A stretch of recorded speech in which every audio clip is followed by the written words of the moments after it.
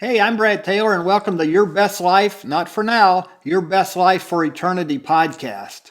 We're about a few things here, and first and foremost, we're about doing our jobs, which is being an ambassador of the King by going out, engaging with people, loving on people, caring about people, attempting to start spiritual conversations, sharing God's story, sharing our story about what God has done in our lives, and making disciples of Jesus. We're also about raising up an army of 100% sold out, committed followers of Jesus who are willing to do whatever it takes to obey Him, make disciples, and we do it regardless of the consequences to ourselves or others because we're obeying Him. And the other thing we're about is we're looking to change the definition of a successful church. Change the definition of a successful church from a successful church being measured by its Sunday attendance numbers to a successful church being measured by its lifetime sent out numbers. The number of people that it's sent out over the lifetime of that church to go and take the gospel to those who do not have access to the gospel. Today's topic is, do you believe in your product? And we'll get to what the product is. But I want to ask you, do you believe in your product? Before we get to that, I want to ask you a couple of questions. One, how's it been going immediately obeying the Holy Spirit? When the Holy Spirit tells you something, do you immediately obey that? How's it been going with that? And secondly, how's it been going this past week or so sharing the gospel with other people? Going out and working intentionally to make disciples. Hey, shoot me an email. Let me know what you think. Let me know how it's going in those areas. My email, it's below, but it is Brad, B-R-A-D Taylor, T-A-Y-L-O-R, at dmcp365.com. That's dmcp365.com. All right, today's topic, do you believe in your product? And I'll just tell you, today's topic, this video is going to have a lot of questions in it. I came up with a lot of questions to ask just to get you thinking. And the reason I did that is I don't want to lecture you so much on this. I want to raise some questions and have you answer them for yourself. But since I can't memorize all those questions, I'm going to have to look at my notes quite a bit. So just bear with me. It'll all be good. First off, do you believe in your product? And the product I'm talking about is the gospel. You know, it's really hard to go out and share. It's really hard to go out and sell a product that you're not confident in. And I know using the sales terminology there, some people, they're just going to be turned off by it. But look, it is kind of like that. It's the same kind of process, okay? We are out sharing or selling, presenting to people an opportunity. That's what sales is, right? Just going out and presenting people an opportunity, an option, something that we think is in their best interest. And that's what we're doing with the gospel. So I want to ask you about your product, the gospel. Let's just start with this. Do you believe your product, the gospel, is true? Let's just start with the basics. Do you believe it's true?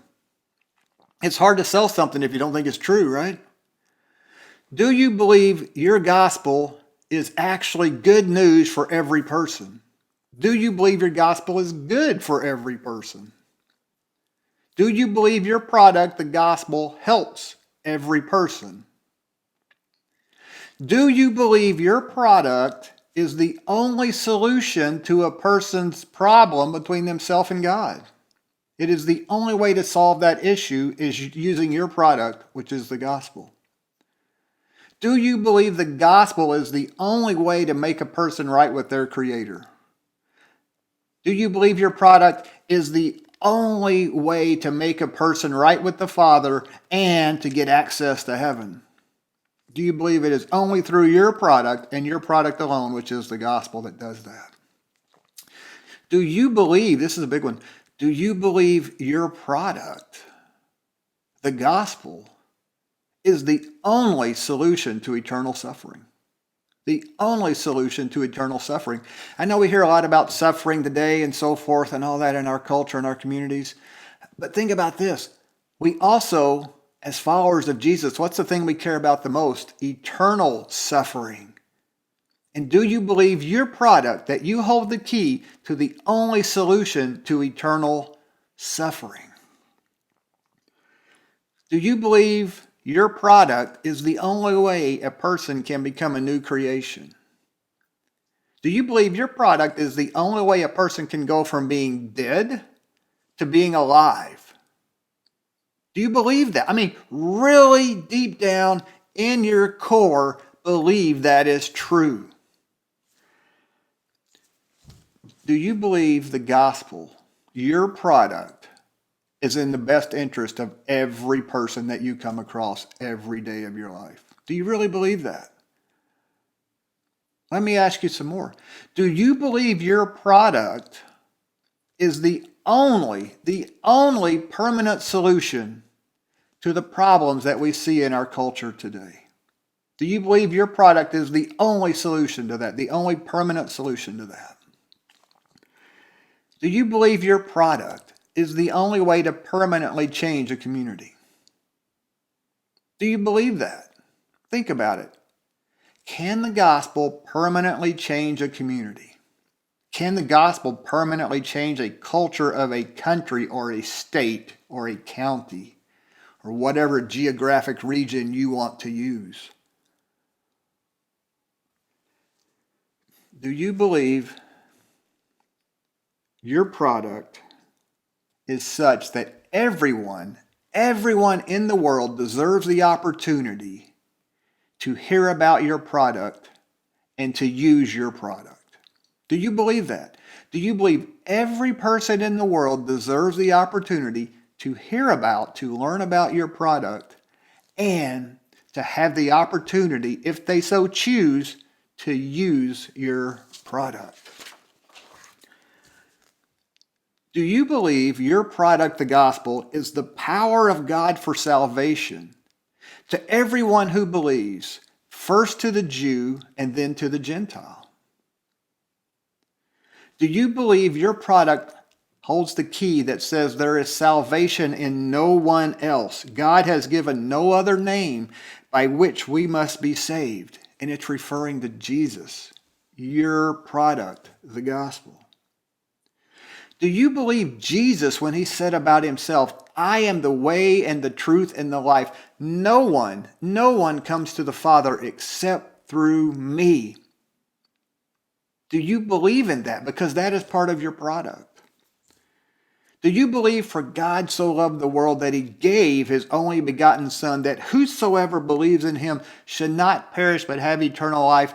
And following up with that, whoever believes in him is not condemned. But whoever does not believe is condemned already because he has not believed in the name of the only Son of God. That also is part of your product. Do you believe that about your product? Well, let's get even more personal. Are you a satisfied customer of your product? Have you actually used your product, the gospel? Have you personally used your product and gone from being dead to being alive? Have you personally used your product and had your life transformed by using your own product that you are now trying to share with other people? Or do you just know about your product? Right?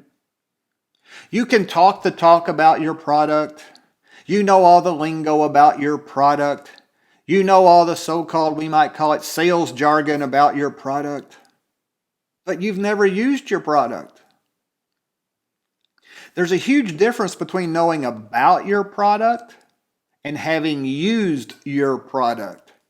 There's a huge difference from simply being able to talk about your product and talk about your product from the standpoint of being a satisfied customer and user of your product. Are you someone who can just go through the expected motions of someone who's used your product, but you've never actually used your product? See, if you're not a satisfied customer of your product, if you've never used your product, and remember the product is the gospel that we're talking about here, then it's going to be really hard for you to get excited to share about your product with others if you've never used your product. And it's definitely going to be hard if you've never used your product. It's definitely going to be hard to go out and put yourselves in situations that are uncomfortable, that risk rejection, that risk people making fun of you by trying to share your product with others to give them the opportunity to be able to respond to your product and use your product. If you've never used your product in the first place, therefore you don't really believe in your product either. Why would you put yourself through all that difficulty if you don't even believe in your product? See, if you haven't used your product, if you're not a satisfied customer of your product, you are not going to push yourself to be uncomfortable day after day after day. You're not going to push yourself to go out and try to find opportunities to share with others about your product if you don't believe in your product yourself. So back to the question. Do you believe in your product? Are you 100% convinced that your product is true, that it will take someone from being dead to being a new creation? Let me ask you this. Do you really believe? Go about your day. Think about going about your day. Do you really believe when you look into the eyes of every person that you encounter that if they do not hear about your product, the gospel, and use your product, the gospel, that they are headed to a life of suffering forever and ever and ever and ever? Do you really, really believe that?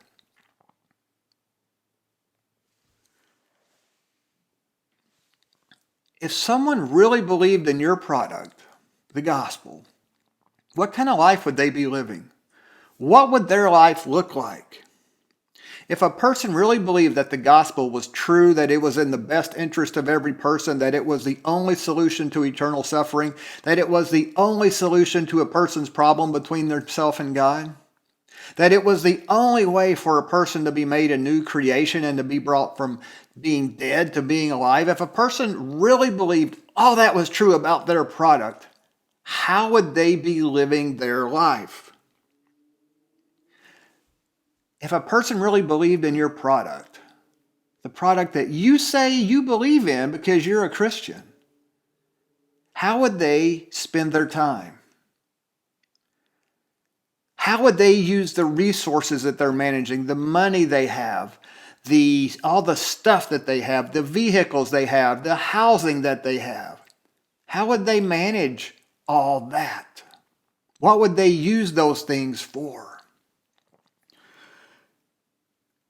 What would be this person's primary topic of conversation if they really believed in your product? How would someone who really believes in your product think?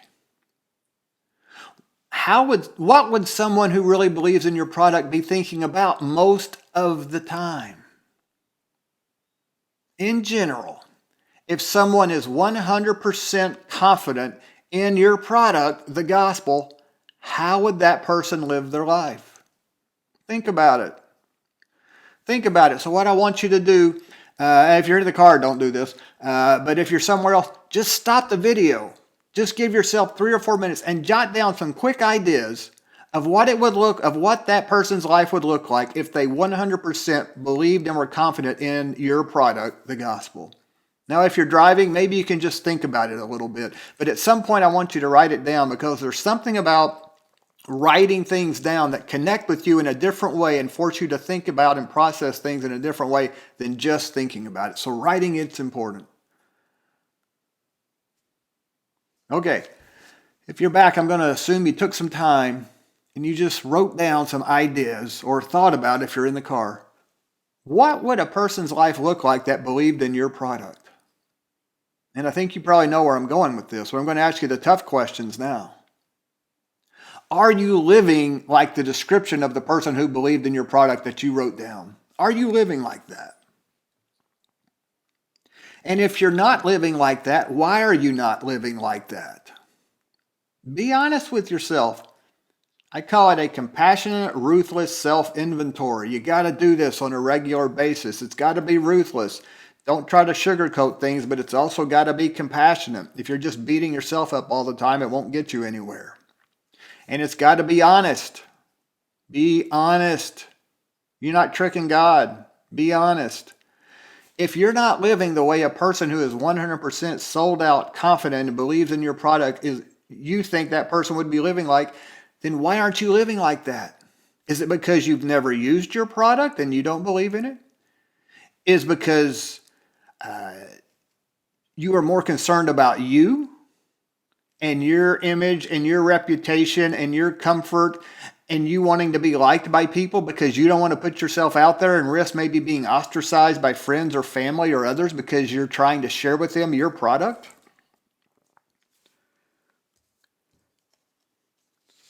Be honest. Be honest. And then the last question is, if you really do believe in your product, what are you going to do to begin living like that person that you described who believed in their product 100%? And if you've never tried your product, if you're not a satisfied customer of your product, what are you going to do about that? What are you going to do about that? All right, final thought here. I just want you to think about this. Could it be that the failure of the church in the West to consistently share the gospel with other people, over 80% of Christians essentially never share their faith with anybody? Over 80%. And that's by people reporting on this survey, them self-reporting, not someone following around and seeing. So they're probably going to overestimate maybe a little bit how often they actually do share it. But at least 80% practically never share. At least 80%. So could it be that the failure of the church in the West to consistently, daily share the gospel with other people is not because of the fear of rejection, not because they're too busy, not because they don't know what to do or say? Could it be that perhaps the primary reason is most of the people who self-identify as a Christian are not satisfied customers of the gospel? They are not satisfied customer of the product that they're supposed to be sharing with others because they've never tried it themselves. They have never used their own product, so they don't know if it works or not. They don't know if it's true or not. They have no idea. Could that be one of the major reasons why Christians in the West do not share the gospel with other people? That most self-identified Christians are being asked to share a product that they don't believe in because they have never, ever used it. And that, I think, is something for us to consider and something for us to give some serious thought to. But for those of us who have used our product and are satisfied customers of our product, then what is the reason that you're not out there talking with others, engaging with others, attempting to start spiritual conversations, loving on people, caring about people, sharing God's story with them, sharing your story of what God has done in your life, and making disciples of Jesus? Hey, there's links below for all this, but hey, subscribe. Hit the subscribe button. Go ahead, subscribe, and so when the next one comes out, you'll get it. Also, hit the like button. That helps a lot. Hit the like button. I'm going to start asking for that. Hit the like button. But hey, there's other ways that we can engage, other ways that it can help you along this path of learning how to share with others and make disciples better, because at DMCP365, that's what we're about. What we do is we work with individuals and churches to overcome to address the primary issue of how do you get a large percentage of your people out into the community, actively engaging with people, loving and caring on people, attempting to start spiritual conversations, sharing about Jesus, and making disciples. We help individuals and we help churches. And so one of the ways is we have what's called a personal disciple-making strategy report. So click on the link below. You get a free copy of that. It shows you, if you want to have an actual strategy for how you can go out and begin making disciples, it'll give you an overview of that. And yes, I'll just tell you up front, like everything else, you're going to have to give up your email for it. So maybe I shouldn't say it's free. It does cost you an email, but hey, I give out my email all the time to get stuff, so it's no big deal anymore, right? I promise we won't continue to spam and spam and spam you. We will send you stuff that we think will be helpful for you. But go ahead, click on that. I think you'll really like it. The other thing is let's continue the conversation. You can follow us obviously on YouTube. You can follow us on Facebook. You can follow us on LinkedIn. You can follow us on Instagram. You can follow us on Twitter. And so all those links are below. You can also go to our website, which is simply dmcp365.com. That stands for Disciple Maker Church Planter 365.com, dmcp365.com. You can also click on a link called Let's Continue the Conversation, and it'll take you to all those links that we just talked about. So that'll be a one-stop shop for you, and you can figure out how you want to continue the conversation with us. Hey, until next time, let's be about doing our job by going out there and making disciples of the King by being every day, consistently, a disciple-making ambassador of the King. Because remember, we are not living for the now, we are living now for eternity. I want to repeat that. We are not living for the now, but we are living now for eternity.